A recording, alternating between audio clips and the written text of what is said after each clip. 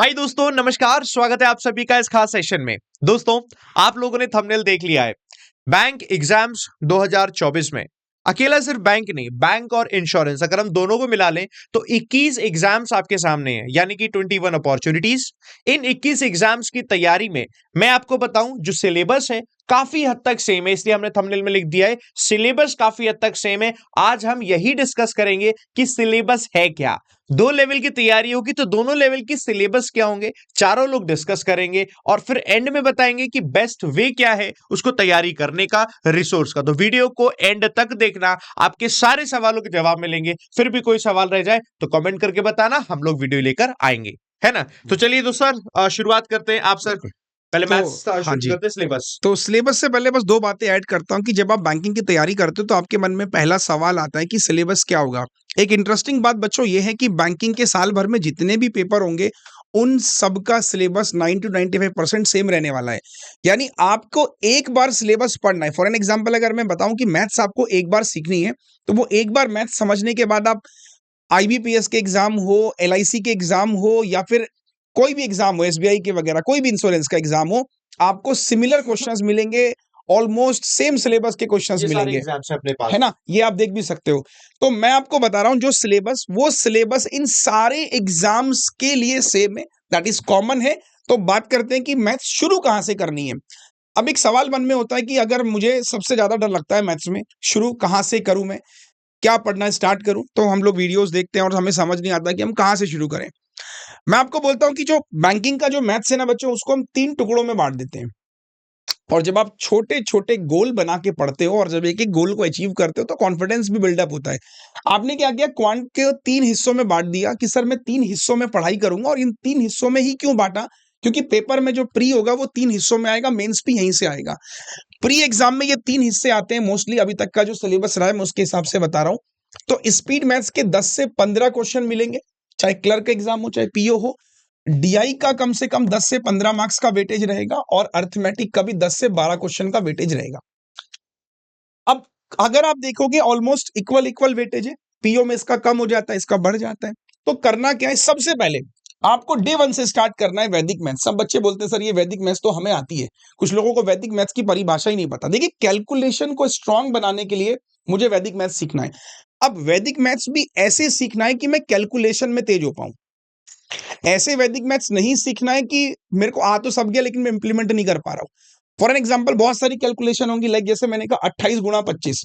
तो आधे लोग ट्रेडिशनल तरीका लगाएंगे कि 28 इंटू 25, 25 दूनी 50, 25 हटे 200। एक बंदा सीधा आंसर बोल देगा 700 है। 700 कैसे? वो दिमाग में चीजों को कैलकुलेट करना सीख जाएगा।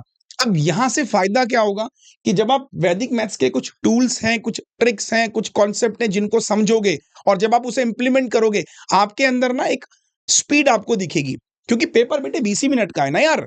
आप ये समझो, हम कंपटीशन की तैयारी कर रहे हैं, हाई स्कूल 9वीं की तैयारी नहीं हो रही ना कि हमने सीख लिया और जाके लिख रहे हैं पूरी कहानी। यहाँ स्पीड का भी गेम है। तो उस स्पीड के गेम के लिए आपको वैदिक मैथ्स के कॉन्सेप्ट स्टार्टिंग से सीखने, देन हम इन चैप्टर पे जाएंगे। ये चैप्टर हमारे काफी स्कोरिंग है। सिंप्लीफाई करना है, अप्रोक्सीमेट निकालना, नंबर सीरीज का मिसिंग टर्म रॉन्ग निकालना या फिर क्वाड्रेटिक के रूट बनाने। तो पहला पार्ट होगा कि आपको ये सब चैप्टर सबसे पहले प्रायोरिटी पे करने हैं। जब आपके ये चैप्टर कंप्लीट हो जाएं, उसके बाद आपको दूसरे नंबर पे करनी है डीआई। अब आधे लोगों को लगता है सर डीआई हमसे नहीं बनती।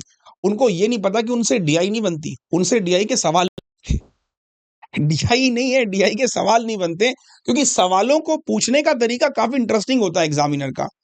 तो आप जब डीआई मेरे साथ करने आओगे या डीआई करते हो मेरे साथ, तो काफी लोगों ने महसूस किया है कि क्वेश्चन जो बन रहे हैं वो ऐसे बन रहे हैं कि लाइक पढ़ते हुए समझ ही नहीं आ रहे क्या पूछ रहा है। तो वो क्वेश्चन को कैसे टैकल करना है, या कोई डीआई ऐसी लग रही है जो समझ ही नहीं आ रही है, उसको डिकोड कैसे करना है। तो सबसे पहले आप इसके बाद ये आप काम करेंगे कि आप डीआई को पढ़ना स्टार्ट कीजिए, टाइप्स निकालिए, इसमें वेरी निकालिए, क्वेश्चन को पढ़ने का तरीका समझिए। ऐसे करना है, शुरू यहां से करना है। पूछा गया कि 25% मेल है तो मेल क्यों निकाल रहे हो, सीधे 75% फीमेल निकालो। तो ये टेक्निक्स डेवलप करनी है आपको डीआई केसलेट में। जब आप ये कर लोगे, केसलेट में आपको पता होगा कि कैसे क्वेश्चन को फ्रेम कर रहा हूं, कहां से शुरू कर रहा हूं। शुरुआती दौर में ऐसे होगा कि एक एक डीआई 15-15 मिनट, 10-10 मिनट लेके जाएगी। But a day will come जब आप इसको सीखने लगोगे, समझने लगोगे, यही डीआई आपकी 3-4 मिनट में भी बनने लगेंगी। तो शुरुआती में टाइम लगेगा जब आप सीखोगे। एक दिक्कत और होती है, हम पहली बार जब सीखते हैं तो हम चाहते हैं कि हम पहली बार में सीख भी जाएँ और स्पीड भी आ जाए। तो मेरा आपसे यही कहना है कि समझिएगा, पहली बार में जब आप सीखोगे स्पीड शायद नहीं आएगी, लेकिन आप समझने लगोगे तो आपके क्वेश्चन बनने लगेंगे। और तीसरा पड़ाव है हमारा, जो कि अंतिम पड़ाव है, अरिथमेटिक। देखिए, मैथ्स का सिलेबस थोड़ा वाइड होता है बाकी तीनों सब्जेक्टों में। तो यहाँ एक सबसे बड़ा चैलेंज क्या आता है कि जब तक हम डीआई और स्पीड मैथ्स को समझते हैं, हमारे पास ये एक बहुत बड़ी दीवार सामने होती है और इसको छलांग मारना थोड़ा-सा मुश्किल क्यों हो जाता है, क्योंकि हर चैप्टर अपना एक नया कॉन्सेप्ट लेकर आता है।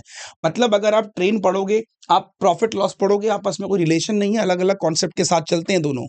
तो यहाँ तकरीबन 15 के आसपास चैप्टर है, माफ कीजिएगा, पूरे अरिथमेटिक। मैं ये सजेस्ट करता हूँ कि अरिथमेटिक हमें कैसे पढ़ना है? हमें पढ़ना है एक सिंक में, कि लाइक हमने परसेंटेज पढ़ा तो प्रॉफिट लॉस, एसआईसीआई, कि तीनों का आपस में सिंक है। हमने रेशियो, मिक्सचर, एज, एवरेज आपस में सिंक है पार्टनरशिप के साथ। टाइम एंड वर्क पढ़ा, पाइप एंड सिस्टम सिंक है। ये पूरा एक साथ सिंक है। तो जब आप सिंक करके पढ़ोगे, गुच्छे बना के पढ़ोगे, तब अरिथमेटिक आसान लगेगा। तो बैंकिंग की तैयारी कर रहे हो, स्क्रीनशॉट ले लीजिए कि ये आपका सिलेबस है।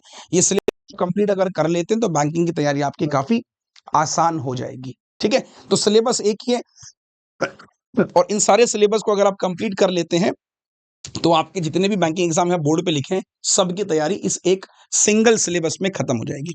चलिए बात करते हैं अपने अगले सिलेबस की तरफ। तो अब आएंगे मेरे साथ में कौन? विशाल सर, आइए। मैं बताता हूँ। दोस्तों, जैसे आप लोगों ने मैथ्स देखा, वैसे ही मैं आपको दोस्तों इंग्लिश बताता हूँ। इंग्लिश को कैसे कवर करना है, एक मोटा मोटा सिलेबस समझेंगे। जैसे हर किसी सब्जेक्ट को पढ़ने के ना थोड़े तरीके अलग होते हैं। इंग्लिश को ना दो हिस्सों में पढ़ा जाता है। एक होता है कि अगर हम ऑफिसर लेवल के एग्जाम्स दे रहे हैं तो कैसे पढ़ेंगे, और क्लरिकल लेवल के एग्जाम दे रहे हैं तो कैसे पढ़ेंगे। इंग्लिश है बेसिकली बस इतना, 3 हिस्से की इंग्लिश है।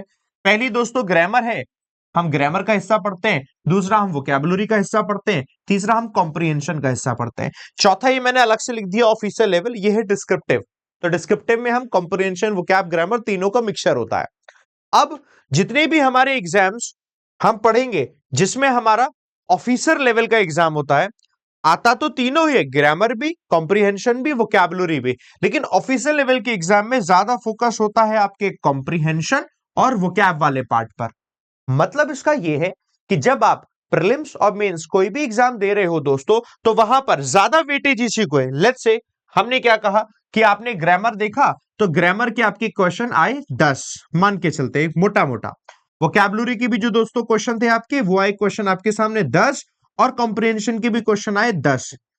लेकिन जब आप ऑफिसर लेवल पे जाओगे, प्रीलिम्स तो आपका ऐसे ही निकल जाएगा, क्योंकि इसमें 10 नहीं होंगे तो 8 हो जाएंगे, या 10 नहीं होंगे तो 12 हो जाएंगे, ऐसे करके हो जाएंगे। लेकिन जैसे ही मेंस आएगा ना, तो आपकी वोकैबुलरी स्ट्रांग होनी जरूरी है, क्योंकि वोकैब वो ऐसे ही पूछते हैं, चाहे वो वर्ड यूजेज हो, चाहे वो क्लोज टेस्ट हो, चाहे वो फिल इन द ब्लैंक्स के क्वेश्चन हो। और जैसे ही आप आते हो कॉम्प्रिहेंशन में, रीडिंग कॉम्प्रिहेंशन हो, पैरा कंप्लीशन हो, आपके क्लोज टेस्ट हो, पैरा जंबल हो, और पैरा के फिलर्स हो, या सेंटेंस के फिलर्स हो, ये सारा का सारा फोकस्ड तो यही है। फिर ग्रामर की इतनी वेटेज रह नहीं जाती, वो इस वजह से भी नहीं रह जाती क्योंकि ग्रामर कोई बहुत बड़ा नहीं होता है ना। ग्रामर में फिक्स्ड रूल्स है, फिक्स्ड कुछ चैप्टर्स है, उनको अगर आप थोड़ा फोकस से पढ़ लोगे, आपको समझ में आ जाएगा, याद हो जाएगा।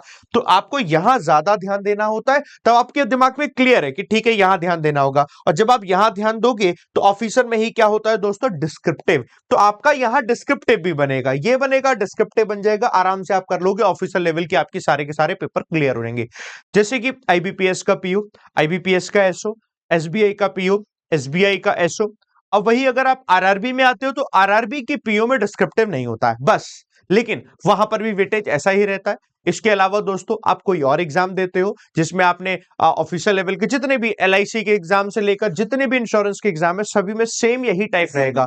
और अगर आप क्लर्क में आ जाओ तो ऐसा नहीं कि क्लर्क में कोई एक चीज कम, कोई एक चीज ज्यादा, लेकिन क्लर्क में वेटेज आपको सिमिलर सिमिलर से दिखेगा। यहाँ कॉम्प्रिहेंशन का वेटेज उतना नहीं रहता है जितना कि ऑफिसर लेवल में रहता है, इसलिए एग्जाम भी थोड़ा आपके लिए इजी बन जाता है। यहाँ ग्रामर भी उतना ही रहेगा, कॉम्प्रिहेंशन भी इतना, वोकैब भी इतना। तो यहां पर ये रूल अप्लाई हो जाएगा कि अगर 10 इसके आएंगे प्री में, 10 इसके आएंगे तो 10 इसके भी आएंगे, ऐसे करके। और मेंस बन जाएगा तो 35 क्वेश्चन आएगा तो 35 उस हिसाब से आएंगे। ऐसा नहीं होगा कि हाँ कॉम्प्रिहेंशन बहुत ही ज्यादा जरूरी है या वोकैब बहुत ही ज्यादा जरूरी है। हमें तीनों ही हिस्से जरूरी हैं। तो हमें ये तो समझ में आ रहा है, चाहे कुछ भी कर लो, पढ़ना तीनों है, और तीनों को पढ़ेंगे तो हम सारे एग्जाम निकाल लेंगे। क्लरिकल एग्जाम का मतलब जैसे एसबीआई क्लर्क हो, या जिन भी एग्जाम में लिखा होता है असिस्टेंट, या जिन भी एग्जाम में लिखा होता है एसोसिएट, ये सारे एग्जाम्स क्लरिकल ग्रेड में ही आ जाते हैं। तो इन सब के लिए सेम ही सिलेबस है, हमें बस ये पढ़ना है। तो आज हमें समझ में आया सिलेबस क्या है। इंग्लिश का सिलेबस समझ में आया, ग्रामर का मतलब पार्ट्स ऑफ स्पीच, जो नाउन, प्रोनाउन, एडजेक्टिव, एडवर्ब, ये आप लोगों ने अपने स्कूल टाइम में पढ़े होंगे। कॉम्प्रिहेंशन का मतलब रीडिंग कॉम्प्रिहेंशन, जैसे अनसीन पैसेज पढ़े ना आप लोगों ने, उन्हीं को रीडिंग कॉम्प्रिहेंशन कहते हैं। क्लोज टेस्ट का मतलब जैसे फिल इन दी ब्लैंक्स आपने पढ़े, तो बड़े पैसेज में कई सारे ब्लैंक दे दिए गए, उसमें से आपसे पूछ लिया गया, तो ये भी कॉम्प्रिहेंशन और वोकैब का मिक्सचर होता है। रीअरेंजमेंट आता है सेंटेंसेस का, कि एक पैसेज के कई सारे लाइन है, उनको आगे पीछे करके लिख दिया है और आपसे पूछा है किसको अरेंज कर दो, ये करना होता है दोस्तों इंग्लिश में। तो आप इसको करेंगे कैसे, वो अभी दोस्तों हम थोड़ी देर में बताएंगे कि किस क्लास में मैं पढ़ा रहा हूं, कौन कौन सी टाइमिंग है, एंड तक वीडियो को देखते चले जाना। अच्छा, तीसरा आ जाइए रीजनिंग में सर। हाँ, तो रीजनिंग में देखो कैसे है। तो दोस्तों अभी आपने मैथ का सिलेबस देखा, फिर आपने इंग्लिश का सिलेबस देखा, अब बारी है रीजनिंग की। और रीजनिंग में क्या क्या एग्जाम में आता है, पहले उस पर डिस्कस कर लेते हैं कि रीजनिंग का बेसिकली सिलेबस क्या है, एग्जाम पर्सपेक्टिव से रीजनिंग में आता क्या क्या है। तो सबसे पहले कुछ टॉपिक्स है रीजनिंग के लिए जो मैं लिख रहा हूं यहां पर।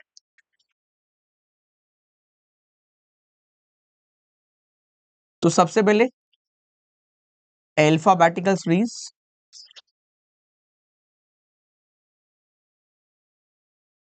और कोडिंग। मैंने छोटे छोटे कुछ सेगमेंट किए हैं जो आपको उसी तरीके से एग्जाम में पढ़ाई भी करनी होती है। पहला सेगमेंट है ये, ऐसे में क्यों कर रहा हूं इसका अभी आपको डिटेल में बताऊंगा कि ऐसा मैं इसको अलग अलग क्यों कर रहा हूं। दूसरा सेगमेंट है आपका सेगमेंट नंबर 2, इनइक्वालिटी और स्लॉग्स।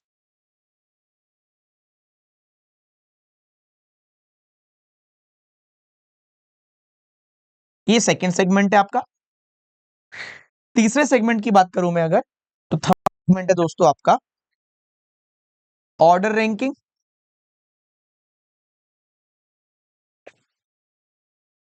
डायरेक्शन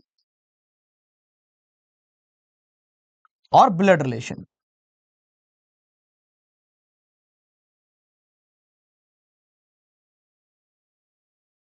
फोर्थ सेगमेंट है आपका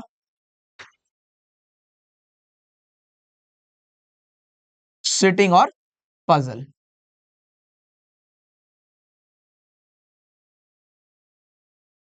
तो ये चार अलग अलग सेगमेंट है। और मेंस की अगर हम बात करेंगे, प्री का सिलेबस है, और मेंस में आपके दो चीजें और ऐड हो जाएंगी, लॉजिकल रीजनिंग, ये ऐड ऑन होगा केवल मेंस में, और छठा मशीन इनपुट और डेटा सफिशिएंसी।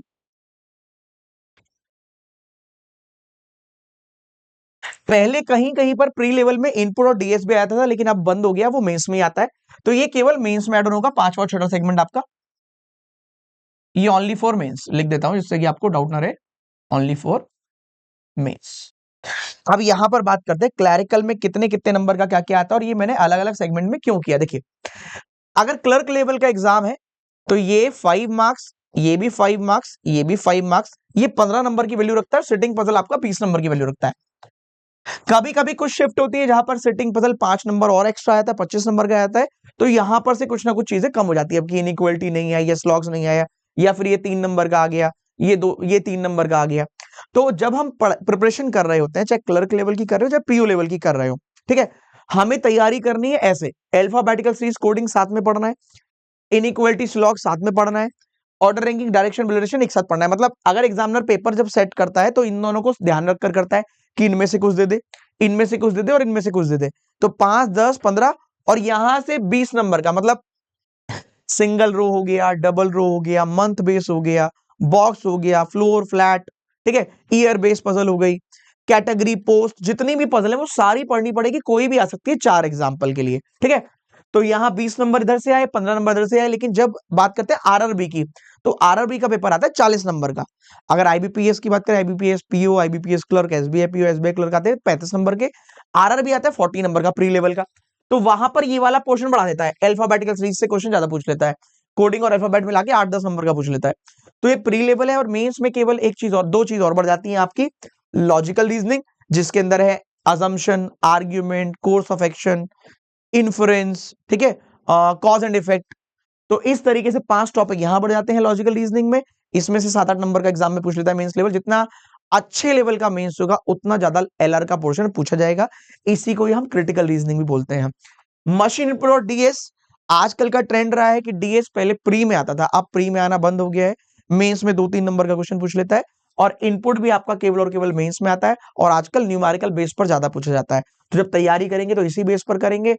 किस तरीके से पढ़ना है, कैसे पढ़ना है, ऑलरेडी हम वीडियो बना चुके हैं, फिर आपके लिए कुछ चीजें लेकर आएंगे। लेकिन हाँ, जब तैयारी करें तो इन चीजों का ध्यान रखें। अब बात करते हैं आपके लिए जीए पर। अभिजीत सर चाहिए। सो गाइज मैथ, रीजनिंग और इंग्लिश आपने देख लिया। अब दोस्तों बात करते हैं जीए की।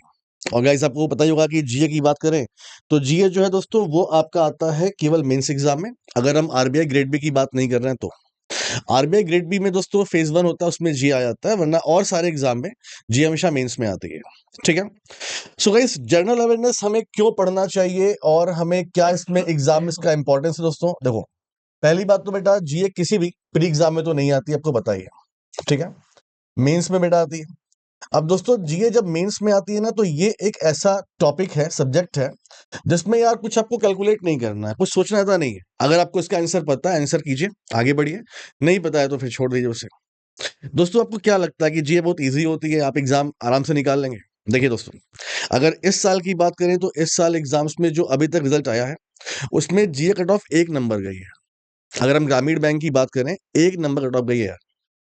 सो गाइस कहने का मतलब क्या है कि आज का जीए का पैटर्न थोड़ा चेंज हो चुका है और एग्जाम में क्वेश्चंस काफी डीप में आते हैं और कई सारे क्वेश्चन आते हैं स्टेटमेंट वाइज आते हैं। यानी आपको दोस्तों डीप से डीप जीए पढ़ना होता है। तो अब वैसे क्वेश्चन नहीं बनते जो 1 लाइन पढ़ते थे पहले कि एक बार पढ़ लिया आपने, एक बार कि भाई कौन बना मिस यूनिवर्स, आपने आंसर कर दिया। अब ऐसे क्वेश्चन नहीं बनते हैं। अगर आपसे क्वेश्चन बनेगा मिस यूनिवर्स का तो आपसे क्या पूछेगा कि थर्ड रनर कौन है इस समय, ऐसे क्वेश्चन पूछ रहा है आजकल दोस्तों। तो आपको इतने डीप में पढ़ना होता है। ठीक है, चलिए जीए की बात करते हैं गाइस। तो बेसिकली जीए में क्या पढ़ना में होता है, तो दोस्तों जीए को हम 3 पार्ट में डिवाइड कर सकते हैं। पहला पार्ट दोस्तों जो आपका होता है करंट अफेयर्स, ठीक है। दूसरा पार्ट दोस्तों जो आपका होता है बैंकिंग अवेयरनेस पूरा। भाई आप बैंक एग्जाम की तैयारी करने जा रहे हैं तो आपको बैंकिंग पढ़नी पड़ेगी, तो banking awareness guys. Financial awareness, यहाँ बेटा फाइनेंस भी आता है थोड़ा सा, और गाइस इकोनॉमिक अवेयरनेस। जैसे जैसे सिलेबस हमारा बढ़ रहा है, एग्जाम टफ हो रहा है, तो इकोनॉमी से भी क्वेश्चन बनने लगते हैं दोस्तों। और तीसरे नंबर दोस्तों आता है आपका स्टैटिक जीए। स्टैटिक जीए का बेटा मतलब क्या होता है, स्टैटिक का मतलब होता है जो बेटा कांस्टेंट है, जो चेंज नहीं होते हैं। ठीक, जो कांस्टेंट है चेंज नहीं होते हैं। जैसे फॉर एग्जांपल हम नेशनल पार्क की बात करते हैं, वाइल्ड लाइफ सेंचुरीज की बात करते हैं, इंटरनेशनल ऑर्गेनाइजेशन हेडक्वार्टर की बात कर सकते हैं, इसमें रिवर डैम स्टेट की हम बात कर सकते हैं, कहाँ पे कौन सा रिवर है, कौन सा डैम है दोस्तों, कौन सा स्टेडियम कहाँ पे है, कौन सा इंटरनेशनल एयरपोर्ट कहाँ पे है, ऐसे क्वेश्चन बनते हैं इसमें। ठीक है, सो गाइस आपका मोटा मोटा जीए जो है वो 3 पार्ट में डिवाइड होता है, current affairs, banking, financial awareness और दोस्तों स्टैटिक अवेयरनेस। ठीक है, चलिए अब गाइस बात करते हैं कि यार एक बात और दोस्तों, आपको थोड़ा समझना पड़ेगा कि आपका सिलेबस में कहां से क्वेश्चन मैक्सिमम पूछते हैं बेटा। सो गाइस आपके जीए में करंट अफेयर्स बेटा ये हमेशा आपका मेजर रोल प्ले करता है, हमेशा। जैसे कि आपको पता है, अगर दोस्तों हम बात करते हैं फॉर एग्जांपल दोस्तों state bank of India clerical की, तो बेटा इसमें जीए आपकी 50 नंबर की आती है। ठीक है, अगर आप स्टेट बैंक ऑफ इंडिया दोस्तों पीओ की बात करेंगे बेटा, इसमें जीए बेटा 60 नंबर की आती है। ठीक, अगर आप आईबीपीएस क्लैरिकल की बात करेंगे तो यहाँ पे दोस्तों जीए जो आती है वो 50 नंबर की आती है। लेकिन अगर आप यहीं पीओ की बात करेंगे दोस्तों तो यहाँ पे जीए आपकी 40 नंबर की ही आती है। वही गाइस अगर आप ग्रामीण बैंक की बात करते हैं, आरआरबी की बात करते हैं, तो आरआरबी पीओ में और आरआरबी क्लैरिकल में दोस्तों जो जीए बेटा होती है ये गाइस 40 मार्क्स की होती है दोस्तों। तो एक बात मेरी पहले समझ लो, जहां पर जीए 40 मार्क्स से ऊपर आती है, फॉर एग्जांपल 50 बेटा और 50 है ना, तो यहां दोस्तों क्या है, यहां आपके बैंकिंग अवेयरनेस से क्वेश्चंस बढ़ जाते हैं। मैंने पहले क्या बोला था कि मैक्सिमम क्वेश्चन करंट अफेयर से आते हैं। अगर दोस्तों आप बात करोगे पीओ लेवल जैसे 40 यहाँ पे दोस्तों, 40 यहाँ पे, तो आप मान के चले बेटा कि 40 में कम से कम मिनिमम 30 क्वेश्चन बेटा करंट अफेयर से आपके आएंगे और ये 10 क्वेश्चन आपका बेटा ये बैंकिंग और स्टैटिक से होगा आपका। ये मैं एक आपको तरीका बता रहा हूं। अगर आप 40 की बात करेंगे तो मैक्सिमम क्वेश्चन करंट अफेयर से आते हैं, लेकिन दोस्तों जहां 50 नंबर की बात करते हैं वहां पर आपका करंट अफेयर्स तो आता ही है, लेकिन चूंकि ये 50 नंबर हो गया ना दोस्तों, तो यहाँ पे बैंकिंग फाइनेंशियल जो इंफॉर्मेशन है वो ज्यादा पूछी जाती है। तो गाइस ये भी आपको ध्यान देना पड़ेगा कि हमें किस एग्जाम को देखकर कैसे पढ़ाई करनी होती है। तो पीओ लेवल पर अगर आपने करंट अफेयर्स पे बढ़िया खेल लिया तो आपको बहुत ज्यादा बैंकिंग फाइनेंशियल नहीं पढ़ना पड़ता है, लेकिन दोस्तों क्लर्क के लिए पढ़ना पड़ता है बेटा ये सब चीजें, ठीक है। स्टैटिक अवेयरनेस का आजकल पोर्शन बहुत कम हो गया दोस्तों, 2-3 नंबर, 1-2 नंबर पूछे जाते हैं बस, ठीक है। तो फिलहाल हम इस पर मुद्दे पे आते हैं दोस्तों। तो यहां मैं आपको बता रहा था कि आपको अपना सिलेबस 3 पार्ट में डिवाइड करना होता है, current affairs, banking financial awareness, static awareness. और बेटा करंट अफेयर्स में दोस्तों जैसे आपका पॉइंट है, जैसे रिपोर्ट और इंडिसेस हैं दोस्तों, यहां से क्वेश्चन बहुत आते हैं, ठीक दोस्तों। बैंकिंग फाइनेंशियल जो न्यूज हमारी है यहां से क्वेश्चन काफी आते हैं। गवर्नमेंट स्कीम्स दोस्तों जो नई नई आई हैं उससे क्वेश्चन काफी आते हैं दोस्तों। नेशनल अफेयर्स जो है बेटा इससे क्वेश्चन काफी आते हैं, नेशनल न्यूज जो हमारी होती है। सो गाइस जैसे करंट अफेयर्स इतना बड़ा सिलेबस है, आप कैसे पढ़ोगे? तो ये एक तरीका होता है जो कि आपको जानने को सीखने मिलेगा हमसे, कि करंट में हमें उस पॉइंट पर ज्यादा फोकस करना है जहां से नंबर ज्यादा बनते हैं। जैसे गाइस फॉर एग्जांपल स्पोर्ट्स की बात करें एक क्वेश्चन आता है, डिफेंस की बात करें एक क्वेश्चन आता है, ऑबिचरीज एक क्वेश्चन आता है, स्टेट लेवल एक क्वेश्चन आते हैं। बट ये जो सेक्शन है इसमें 3-4 क्वेश्चन दोस्तों बनते हैं, और आपके एग्जाम में सबसे बड़ा सेक्शन ये बनता है बैंकिंग फाइनेंशियल न्यूज का दोस्तों, क्योंकि आप बैंक एग्जाम की तैयारी करने जा रहे हो। तो जब आप बैंक एग्जाम के लिए जाते हो दोस्तों, तो आप ध्यान से देखना जीए में लिखा होता है कि special reference to banking sector.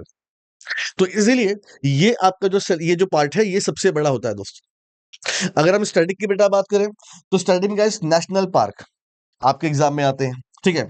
उसके अलावा दोस्तों इंटरनेशनल ऑर्गेनाइजेशन हो गया, हेडक्वार्टर बेटा हो गया, ये सब क्वेश्चन पूछाता है आपसे। डेट से क्वेश्चन बेटा पूछे जाते हैं। कुछ स्टेडियम, जैसे वर्ल्ड कप दोस्तों हुआ तो वर्ल्ड कप में पूछ लेगा आपसे कि वर्ल्ड कप फाइनल किस स्टेडियम में हुआ। तो ऐसे क्वेश्चन दोस्तों बनते हैं। तो ये सब कुछ आप आराम से पढ़ सकते हैं हमें फॉलो करके। हमें फॉलो कहाँ पे करना है, कैसे करना है, वो हमें अरुण सर बताएंगे, प्लीज सर।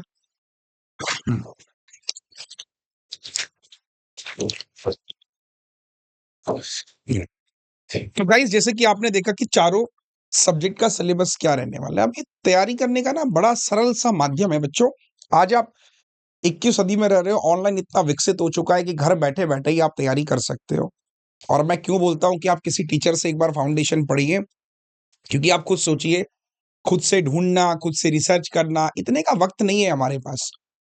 जब आप तैयारी करने आते हो, मुझे याद है जब मैं तैयारी करता था तो मेरे लिए सबसे बड़ा चैलेंज यही होता था कि यार क्या क्वेश्चन आएगा। और जब आप एस्पिरेंट होते हो शायद आपका दिमाग इतना नहीं चलता कि क्या आएगा, लेकिन जब आप किसी टीचर के साथ में जुड़ते हो तो आपको पता होता है कि यार ये टीचर पिछले 6-7 सालों से पढ़ा रहा है, इसको अच्छा खासा अनुभव है, तो ये जो पढ़ाएगा वो एग्जाम स्पेसिफिक पढ़ाएगा। इसी बात को ध्यान में रखते हुए 2024 में हम लोग 22 जनवरी से एक ऐसा फाउंडेशन कोर्स लेके आ रहे हैं जो काफी डिटेल्ड फाउंडेशन होगा, और जिसमें ये सारा सिलेबस डिस्कस किया जाएगा, और ये आपको मिलेगा बेटा अनअकैडमी पर। तो मैं आपको बताता हूँ कि देखिए ये रहा वो बैंकर फाउंडेशन बैच। इसमें क्लासेस की टाइमिंग लिखी गई है कि कब कौन सी क्लासेस होंगी, और ये जो बैच होगा बेसिकली ये आपको मिलेगा 1 साल के सब्सक्रिप्शन के अंदर। तो अनअकैडमी का जो बैंकिंग का 1 साल का सब्सक्रिप्शन है वो तकरीबन आपको पड़ेगा 5,000 रुपए का, बट आपको उसमें डिस्काउंट मिल जाएगा 20% से लेकर 30-40% तक का, अगर आप इस कोड का इस्तेमाल करते हैं एवीपी। तो आप क्या करेंगे, अनअकैडमी लर्निंग ऐप इंस्टॉल करेंगे। मैं प्रोसेस भी दिखा दे रहा हूँ, कोई ऐसा बच्चा हो जो बिगनर हो, बड़ा कंफ्यूज जाता है। तो आपको करना क्या है, देखिए बहुत सिंपल सा तरीका है। लर्निंग ऐप इंस्टॉल करेंगे गूगल प्ले स्टोर से, और आप वेबसाइट पे भी जा सकते हो unacademy.com, और अपना गोल चूज करना है आपको बैंक एग्जाम, क्योंकि बैंकिंग की आप तैयारी कर रहे हो। बहुत सारे गोल्स होते हैं अनअकैडमी पर, बहुत सारे क्लासेस कोर्सेज पढ़ाए जाते हैं एग्जाम डिफरेंट वर्टिकल्स के। तो यहाँ पर मैं रिकमेंड करूंगा 24 महीने, क्योंकि 24 महीने का प्राइस ठीक ठाक है। और यहाँ पर भी ना आपके पास में आइकनिक और प्लस और सेंटर्स होगा, तो आप प्लस को चूज करना।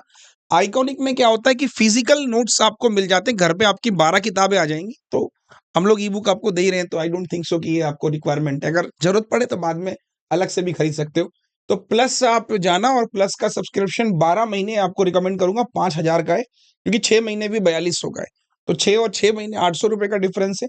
5000 में रेफरल कोड लगाएंगे तो डिस्काउंट होने के बाद प्लस चूज करने के बाद वो 4,000 के अराउंड का ये पड़ेगा। 1 साल के लिए है।